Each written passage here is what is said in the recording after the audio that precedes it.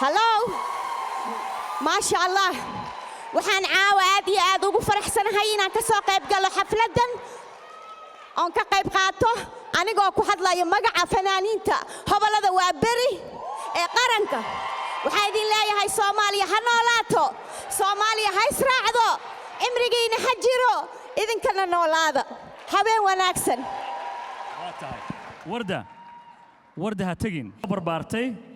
guri faneed awowgeed baa fanaan ahaa oo abwaan ahaa hooyadeed baa fanaanad ahayd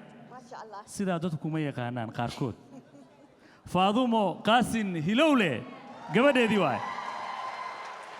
qaasin hilowle fanaan u ahaa abwaana marka caawa aad baan ugu faraxsanahay aniguna inaan halkan ku kulanno maxamuud mascade oo waqti hore iigu dambeysay aad iyo aad ayaan ugu faraxsanahay anigana inaan kula kulmo iyo dhammaan walaalahayga ummadda Soomaaliyeed iyo martida sharafta oo caawan inoo jooga inta aad baa u maasan tahay heesaha hooyo ani waxaan ugu jeclahay aawahe